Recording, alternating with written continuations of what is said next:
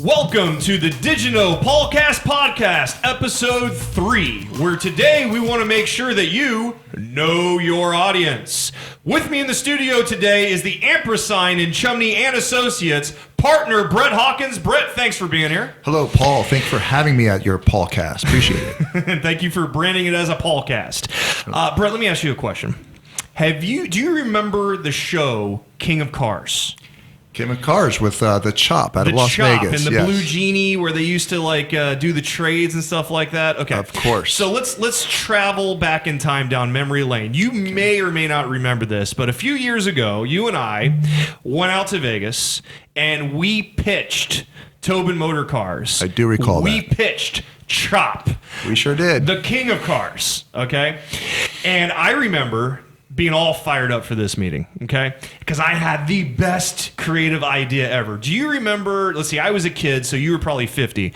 Do you remember the old Bo Knows campaign from the 80s? Of course. Where Bo Jackson, he had all the, Bo knows baseball, Bo knows football, Bo knows hockey, Bo knows, I think it was a Nike commercial, if I remember correctly. Yeah, it was about his shoes and all these different variations of Bo Jackson, the athlete, as wearing different apparel. Everything, yes. And it was always, hey, nice shoes. So I had this idea for a campaign for Chop, right? And it was called Chop Knows. And it was like a recreation of the old Bo Knows campaign. And it was, Chop Knows trades, Chop Knows deals, Chop Knows financing, Chop Knows selection, right?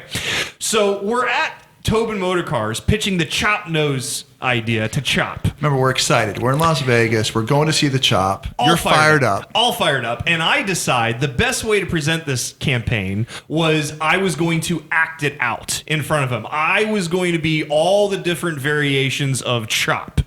And he's sitting in the room and he's got sunglasses on inside the conference room and he kind of leaned back in his chair. He was a pretty mellow guy, if I remember correctly. He was very calm. Yes. He was attentive and professional, but he was calm. Absolutely. And I'm like, all right, I'm going to have to get really excited here to get, to get his attention, to get him all fired up. And so I start acting out the Chop Knows campaign, and I am all the different variations of Chop. Chop knows trade, Chop knows selection, Chop knows financing. And as I'm watching him, he's just not responding. He's not reacting. I could see he's not feeling it. So what do? I do what comes naturally to me. I get even louder. I get even more animated. Yes. I'm trying desperately to get some sort of reaction. I feel like by the end of the presentation, I was leaning over the table, practically screaming into his face. Do you remember this? I certainly do. It was kind of painful to watch, actually. And I remember not getting any kind of a rise from Chop. Yeah. And so why do I bring this up? I bring this up because that's not what he was looking for. I did not know my audience, and I bombed terribly. Brett, do you have any experiences in maybe presenting or being a part of a presentation where you didn't know your audience? I certainly recall one presentation that it was a big auto group, one of those automotive news top 100 groups out there, right? We're excited about the presentation, and we're always wondering if we should bring the creative guy into the presentation because you can never trust exactly what the creative guy might say in a presentation. So we're sitting in the room amongst a lot of suits. It was a big corporate presentation, and the creative guy asked us to close our eyes and picture ourselves at Grandma's house and picture ourselves at the dinner table at Grandma's house and smell the fresh apple pie coming out of the oven. And I've got my eyes closed because he instructed us to do so. And I happened to open up and look around the room, and I just saw the big WTF speech bubble coming out of most of the guys in the room. So that is similar conversation. Yeah, that's not what they were looking for. They weren't digging it. They didn't want to meditate. They didn't want to visualize. Sometimes even us miss the mark. Right. So why are we bringing this up? Well, those are a couple of funny examples of presentations that maybe didn't go so well because we didn't know our audience, which is a segue into what we want to talk about today and making sure that as an advertiser, our clients, as well as any vertical you happen to be in. As an advertiser, it's not so much what you say, it's how you say it. I'm married, you're married. We probably have had examples with our wives where they've said to us, it's not what you said, it's how you said it. The tone, yeah. Yeah, same thing with advertisers to consumers. Oftentimes, it's not what you said, it's how you said it. And how you said it determines if it's going to resonate with your audience or not. So before we dive into that, Okay, let's stop, take a brief moment to recognize our sponsor, Chumney and Associates. If you sell cars, we'll make your ads. Chumney and Associates, we make car ads. It's the DigiKnow Podcast, episode 3 with Brett Hawkins in the studio talking about knowing your audience. If you're listening to us, watching us, we appreciate that. You can follow us on Twitter at Chumney_ads, at Paul M. Harvey 14. Be sure to like and subscribe. We're on Apple Podcast. We're on Google Podcast. iHeart We're on Podcast. YouTube, and just announced we are now live on iHeartRadio. So check us out, subscribe, and like. We'd really appreciate it. So, Brett, the segue I'm going for here into knowing your audience. As an advertiser, to make sure that you know your audience when you're talking to your consumer.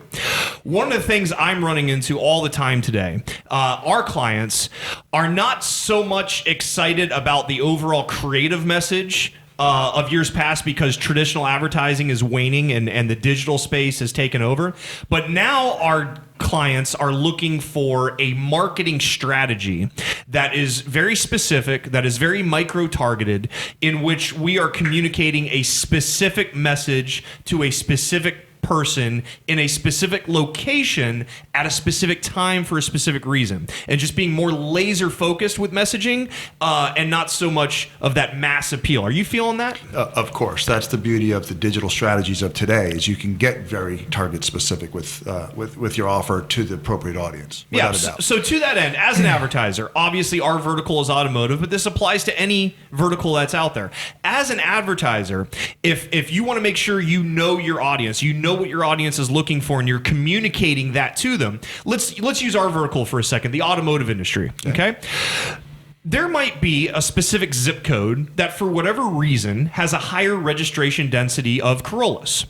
And then there might be a zip code right next to it that, for whatever reason, has a higher registration density of Camrys. Now, if you know that the audience in one zip code wants Corollas, and you know that the audience of the other zip code wants Camrys, wouldn't it be best as an advertiser to make sure that you're communicating Corollas to the Corolla audience and Camrys to the Camry audience? Certainly. Obviously, it's the most effective way to stretch your advertising dollars, to put the proper bait in front of the proper fish, if you will. Right. So one of the ways that we do that at Chumney & Associates is we have come up with proprietary research software that allows us to not only see sales registrations, but to be able to identify specific models in specific zip codes to do exactly what I just said. So let's say zip code 12345 has a high registration density of Corollas. We are able to communicate Corolla messages to that zip code specifically, more so than any other zip code. It doesn't mean that we're not advertising Corollas across the entire market. It just means that if we know one particular zip code really wants Corollas, we're going to be more aggressive with our Corolla messaging in that one zip code. That includes our Google paid search efforts, our display efforts, obviously our social media efforts, our Facebook micro-targeting efforts, and it also applies obviously to our pre-roll video advertising. We just did on episode 2, Greg Hartman and I were talking about the new definition of TV and how online video, OTT, live streaming, on demand, and pre-roll is television today. So if we know zip code 12345 has a high registration density for Corollas, we can deliver a television message in the form of pre-roll for Corollas to that one zip code and not waste money advertising Corollas to the entire DMA. Absolutely. Have you had an experience of that recently? Any success stories to talk about? Well, I've got a Chevy store outside of a major metro in Kansas. By the way, Chevy does not sell Corollas, so we're going to change the model. Gears. We're going to a it's domestic. Silverados? Let's go to Chevrolet. Okay. It was truck month recently. Okay. Chevy truck month. And our goal was to sell more Silverados, obviously. Hey. Big incentives, big inventory loads, so we had to sell additional Silverados. I reverted to the research tool, okay, and I took a look at where we are currently selling the most Silverados. In turn, looking at where our market share was diminishing in Silverados. This is all done in their PMA, I will say, okay? The research tool also provided me with a list of zip codes in which I have not sold a Silverado, nor my competitors have sold a Silverado in the last 12 months. So what I was able to do is actually turn off some of my digital strategy in those zip codes where there just isn't Silverado registrations, right? Okay, or shoppers even looking for that right. matter, which allowed me to focus more money, more effort into the zip codes where we were currently selling Silverados, and more importantly, where we were losing some market share within our PMA to some of our competitors with Silverado sales. So again, all research-backed decisions to help create a more target-specific digital strategy. Right, and not just digital, but I'm sure knowing this information, it helps you with your email deployments, it helps you with your direct mail drops, it helps you with your cable zone selections, and again, in the world of pre-roll and OTT and things like that, it helps you be able to deliver specific TV spots via social media, via pre-roll in specific zip codes, so that maybe your client is not spending $100,000 a month on broadcast television anymore. Now they're spending a fraction of that money and delivering TV spots, quote unquote, to specific people in specific zip codes via the new platforms that exist today, YouTube namely being one of them. Absolutely. Right. And the beauty of it is it's all trackable. And with the analytics tied to everything that we're doing these days, we could obviously see that our impression share in those zip codes we're targeting were increasing. Sure. And we're seeing conversion was increasing in these particular zip codes. So it's knowing your audience, knowing where that Silverado or that truck audience is sure. in that given market. Right, absolutely. And I'm going to assume here that your client was a huge fan of you, not only being more targeted with your marketing strategy, but saving him some money as a result. We certainly did. We actually, by cutting some of those zip codes, we ended up spending less money on our digital strategy. So it was a win-win. Did you know your audience? You probably did, but in case you didn't, now you do. It was the DigiKnow Podcast, episode 3 with Brett Hawkins from Chumney & Associates, where we define the importance of knowing your audience. Not only will it save you from bombing in a presentation in front of the king of cars, Chop Tobin, not only will it save you from trying to force your client to close their eyes and picture cherry pie or apple pie or some other weird dessert, but it'll also help you develop a more specific targeted marketing strategy that's going to be more effective for your client no matter what vertical you're in, and save you some money as a result, and that makes you look like a hero.